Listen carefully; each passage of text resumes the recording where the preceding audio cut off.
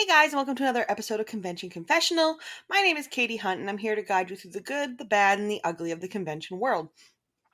And first of all, thanks again to everybody who helped make year one great. A little bit of a break from the friends this week, and the reason for that is because one, I couldn't get a hold of anybody. No, I'm just kidding. um, I've been talking to a lot of my friends lately, and a lot of hosting has been coming up again. And I know I've shared stories before on here about hosting experiences that weren't that great, but I figured we'd turn the coin a little bit, and I would talk about a few that are kind of memorable to me. Excuse me, my words are hard today. Words are hard sometimes, guys. There's nothing wrong with that. So let's see. I mean, I've had a lot of host experiences over the years. Big convention I worked for in New Hampshire, Connecticut, a few in Massachusetts, now Anime Boston, as most of you know if you've been listening for this long or know me.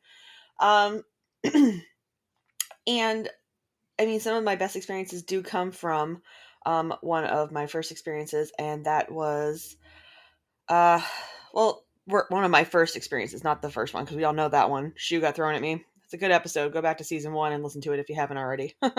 uh, but one of my funnier moments was my second year working for this convention in New Hampshire, and we were at a different venue, and I was hosting as Maze Hughes because I always loved Full Metal Alchemist, and the whole story of me becoming Hughes is a whole episode of its own that we can't get into, but I just decided that I was a good Maze Hughes. Fits my personality. Love being the character. Love the character. R.I.P. And I'm on stage, little venue. And I mean, you have your big stage setups nowadays where it's there's stages that are lifted up and there's big curtains and lights. And I mean, that wasn't it back in the day. This has been evolved greatly over the years. So basically, you had a small stage with two, staircases on either side that are set up. And I'm in the middle of hosting at this masquerade. And all of a sudden, it sounds like a herd coming. Because those stairs, I mean, if you've ever been on a masquerade stage, they make a lot of noise when you go up and down them. There's no quiet way to sneak on stage with those stairs because they're kind of attached, but they're not. And the next thing I know is I'm hosting, and these group of cosplayers come screaming up on the stage, fangirling all over me. And I actually have a picture of it that I made my profile picture for the longest time on Facebook of me just standing there in utter shock and disbelief, going, "What is happening? What is happening right now?" And I mean, they did their little fangirl thing, and they screamed off stage. And I think I stood up there for 2 minutes straight, just being like, "What was that? What just happened? Why is it happening?" And yeah, come to find out, it was we had security at the time, but they weren't babysitting the door, but they rushed the stage because I mean they liked me, which is flattering, but also at the same time very dangerous and very scary.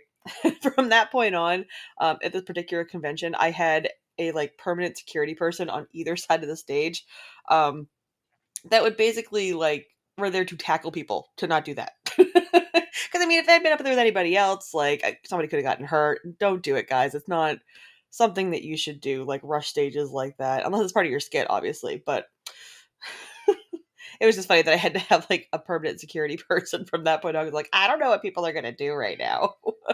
But leading into that same convention, I think maybe about a year later, I'm trying to remember what I was dressed as because I mean, I did so many conventions, so many costumes. And I'm trying to remember when it happened because I used to do opening ceremonies, closing ceremonies, maybe a game show or two, but Masquerade was the big one. But one of the years I was hosting, and somebody comes up to the stage, the front of the stage, not rushing the stage or anything. While I'm hosting an event, and they're just like, "I want you to have this," and I was like, "What is happening?" And you reach out because you're just like, "Okay," but don't take things from strangers. If Tony Stark has ever taught me anything, I don't take things from strangers. I don't like things handed to me, especially after this. This person hands me something, and I go and I reach for it, and it was his underwear. These boxer brief underwears. I'm like, "Oh, thank you. What's happening?" Which they assured me it was a brand new pair. They just put them out of the package. And I'm just like, "Why are you giving me underwear? I don't want this." So I mean, the underwear unfortunately got misplaced somewhere be it I handed it off to somebody else, go and get rid of it, or I myself put it in a trash somewhere, because who's going to trust that? It's a convention. If anybody's been to a convention, people are kind of like confunked by the end of the weekend. Like, you don't know people, especially like I know these people now, but I didn't at the time. So those definitely went far away. And I just remember at closing ceremonies of that year being approached, and they asked me like, "Oh, do you still have those?" And I was like, "No, I don't still have them. Why would I have hung on to those? That's terrible. Like, no one's gonna keep somebody else's underwear." They're like, "Oh, that was my last like clean pair. Oh well." And I'm like, "Ew, ew, ew." Because then you're thinking in your head, you're like, "Oh my god, like this is literally day like 3, maybe 4 for you at this convention, and you were wearing who knows what day underwear." Anyways, don't give people underwear. I think it was Vash. I think I was Vash the Stampede because that was my 3rd year, and I think that was Vash. Oh, yeah, no, don't take things from strangers on stage. um, but as far as like hosting experiences go, things that I've like enjoyed, loved, there was a year that we did Lupin the Third, and I got to work with 2 of my really good friends, Joe Zuzzi, who's been a guest on the show. Which again, if you haven't heard his episode, go back. It's entitled "Dad Jokes." Wicked nice guy, so fun to work with. And he loves cosplaying, loves being involved and stuff. And I think we mentioned our Lupin cosplay in his episode as well. But I also got to work with my friend Ken Irons, who hasn't been on the show yet. Ken, so whenever you'd like to come on here, we have stories. We have hosted together for years, so there's that. Um, but the Lupin year was so much fun because it was, in between like skits and stuff, you're trying to entertain the crowd, and we just kept it very um true to the show. Like, Joe was playing. Now you have to forgive me because it's literally 9 in the morning and I'm trying to remember things. But he played the cop of the show that always chases after Lupin and his group. And he, we did the bits where like, we'd hide on stage, or we would, I came on stage in a box so he couldn't find me. And like, we unpacked the box and I came out of it. That's how I entered on stage for Masquerade.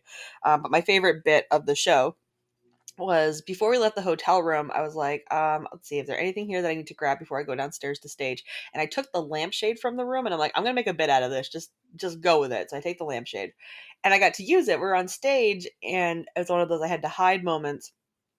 And I grabbed the lampshade from backstage, and I run on stage with it. I just put it on my head, and I'm standing in the middle of the stage. And he walks on. He's looking around, playing it up.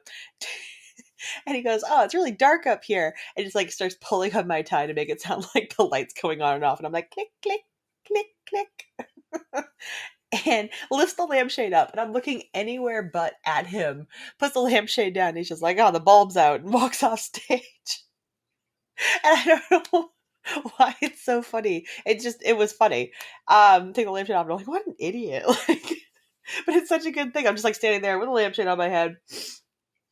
And it was good. The crowd loved Lupin. Lupin was fun. Um, Rule 43 came up at one point, which was a really funny bit too. I wish a lot of these masquerades were on. I mean, a lot are now, but the earlier years, I really wish they were still on, because I would be posting them all over my Facebook page and my Twitter so people could just see how ridiculous things used to be. Before like the quality went up and everything was 4K and somebody wasn't recording from the way back of a room, hoping that, they caught everything and you could actually like see people's faces and be like, I think that's me. um, but yeah, I mean, I'll have to go back and find some clips and put them up this week. That's a mental reminder to myself and to you guys to stay tuned for that. Oh, Bash the Stampede was a good year. Even though I got underwear. Lupin was a good year. Said I'd done like dating games and things with Ryan, which we've talked about in our episodes. All good times. Torchwood. Um, I did a lot of. I kept it anime for anime conventions as best I could, but after a while, you people stray away from things. One of my favorite years for the New Hampshire convention definitely was probably my Hamilton year. And that's a good story too. I can't remember now that if I've mentioned it or not. I'm sure I have. Offending people dressing up as Alexander Hamilton to host a masquerade, which I mean, I get it. Hamilton had come out, people are like, "Oh, everyone's trying to dress like Lynn, and Lynn is, from Puerto Rico." Totally understand. But I mean, the other thing is too is that Lynn is dressing up as Alexander Hamilton, who was a white redheaded Scotsman. And then the whole point of the show of Hamilton is just like the diversity of it. It's like anybody could play anybody. Like they talked about girls possibly playing leads in the future of like Washington or Hamilton. And I mean, as a person that's already like, very dark hair myself, I just put the wig on. It's like I threw a beard on myself. Hi, I put a beard on myself for all of my costumes that require beards. And people just took it as offensively, like I was trying to make myself into Lynn. And I'm like, no, no, it was not. But that was. The masquerade went really well, and it was like a time travel theme, which was really funny. And it worked out. But yeah, that was some drama there. Which I'm just like, okay, guys, like definitely was not, you know, making my skin darker or anything like that. Not offensive in my eyes. Um, which is funnier too, because in that thread of the person like saying something, everyone's just like, "You're crazy. This is ridiculous." Like, no, they weren't. No, that's not what happened. Always drama at these things, It's weird. Drama at conventions. Go figure. Um, let's see. I'm going back through my head. I've done so many. I've costed so many masquerades. I'm just trying to think. Now it's fun because Anime Boston, I mean, I host as a character, but it's a character that's still my personality. So it's not so much I have to stay true to like any animes or mangas or anything like that. Playing Ouija is very freeing, actually. I get to wear what I want. Obviously within reason. I'm not gonna, wear anything inappropriate. But like I get to wear like a jeans and a sweatshirt or a shirt. And just go on stage and just have fun as myself, kind of in this persona that we've created. So that's nice. What? Have you got opinions, Wash? My sister's cat has a lot of opinions. I apologize. Do you not like Ouija? I'm sorry. I'm so sorry. Offended. Offended.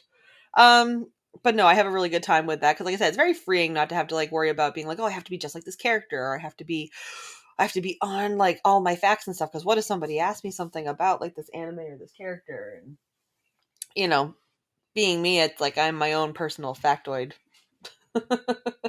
um, let's see. Yeah, I mean, down in Connecticut when we worked at that convention, I had several good years down there.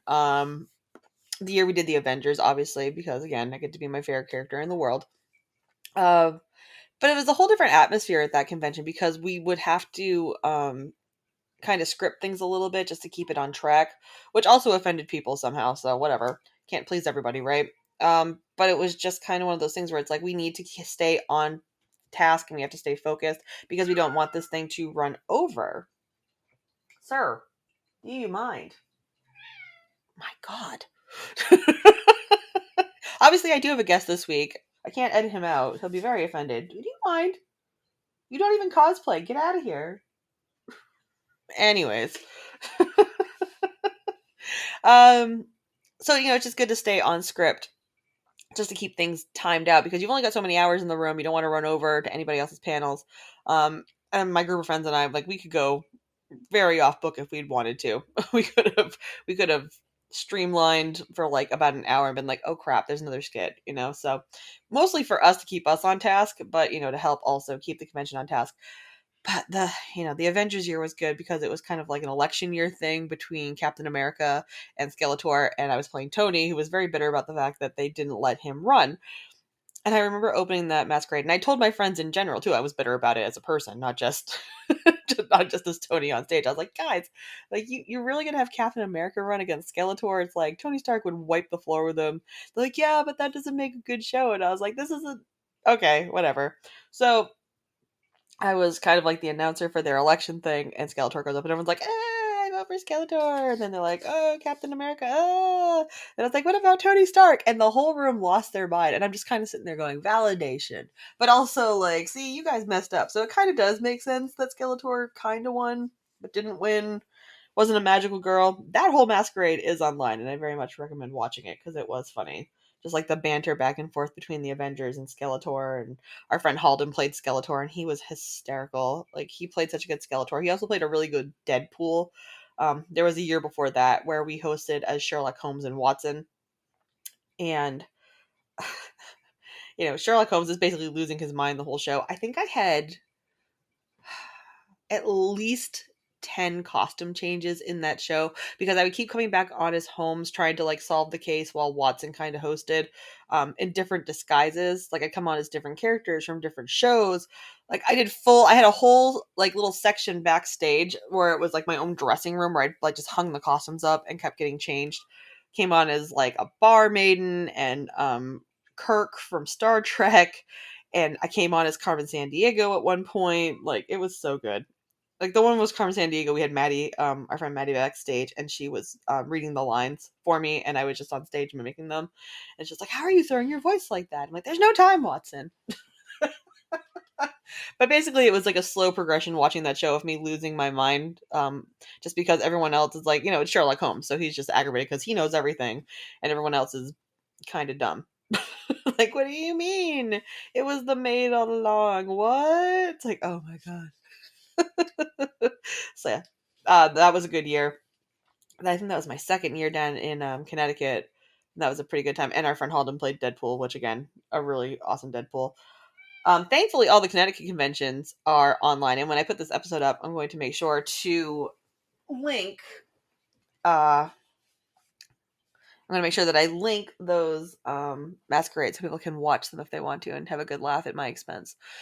Let's see. Any other good years in Connecticut? I mean, like the Hunger Games year is probably the one that people remember the most. It's like we did a mashup between Lord of the Rings and Hunger Games. Oh my gosh, it was so good. I was playing PETA and I played the victim very well to like get the audience to like me. I hosted that while my friends came on as different Lord of the Rings characters, or Hunger Games characters.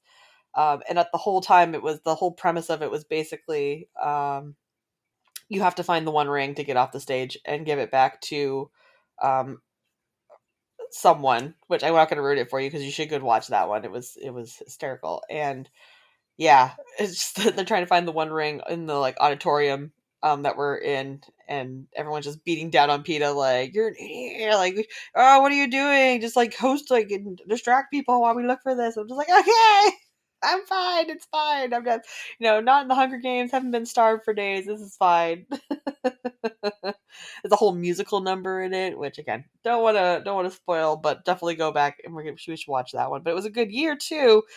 In a bad year too because that was the year that the fire marshal decided that they could only let like 20 people up into the auditorium at a time instead of just letting the line like progressively go up to the auditorium. So it cut into almost 45 minutes of our time at the masquerade. And of course, our other friends like helping with the masquerade, they only had so much time in between things before they had to do other panels and stuff or events across the street.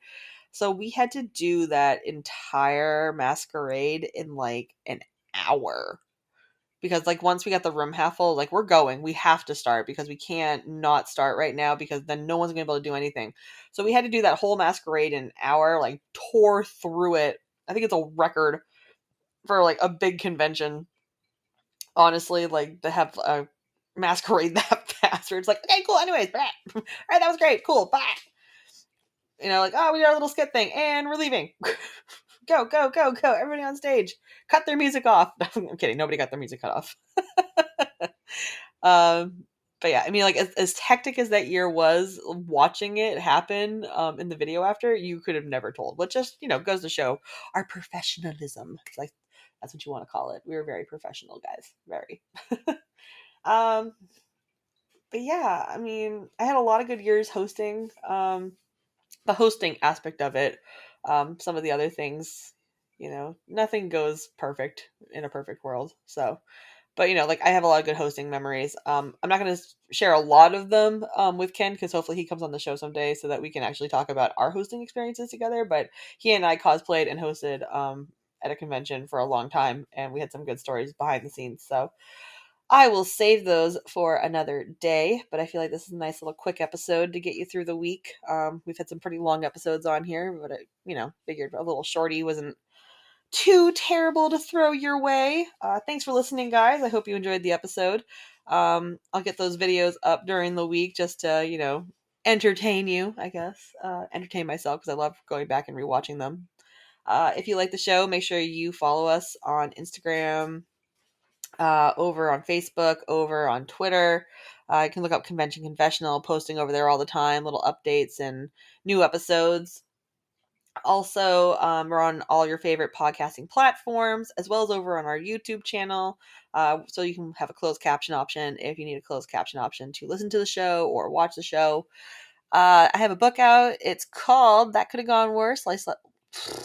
Get the title wrong, Katie. Way to go. Botched it. I have a book. And that book is called That Could Have Gone Worse: Life Lessons from a Dinosaur Cosplayer. It's available over on Amazon, and I'm hoping to bring a couple copies to Anime Boston with me when the time comes. Maybe hide them around the convention center, sign them. But feel free to buy that. It's got some good life lessons in there, as well as some good convention stories. One or two that I might have shared on the show already, and a couple that I definitely have not shared in the public because I have not. You can't share everything in your book, then no one buys the book. Duh. Also, at Anime Boston this year, we're going to be holding Convention Confessional live. That's right. We're going to have a panel, kids, and you can come on down and check that out. I don't want to give away too many spoilers about the panel. As soon as I have a time and a date, obviously I will share that with you, the masses, so that you can come and join me. All I can say, though, is be prepared. Be prepared. Always. Always be on the edge of your seat, ready for anything when it comes to this show. Guys, thanks again for listening. Thanks for downloading. And I will catch you next week. Bye.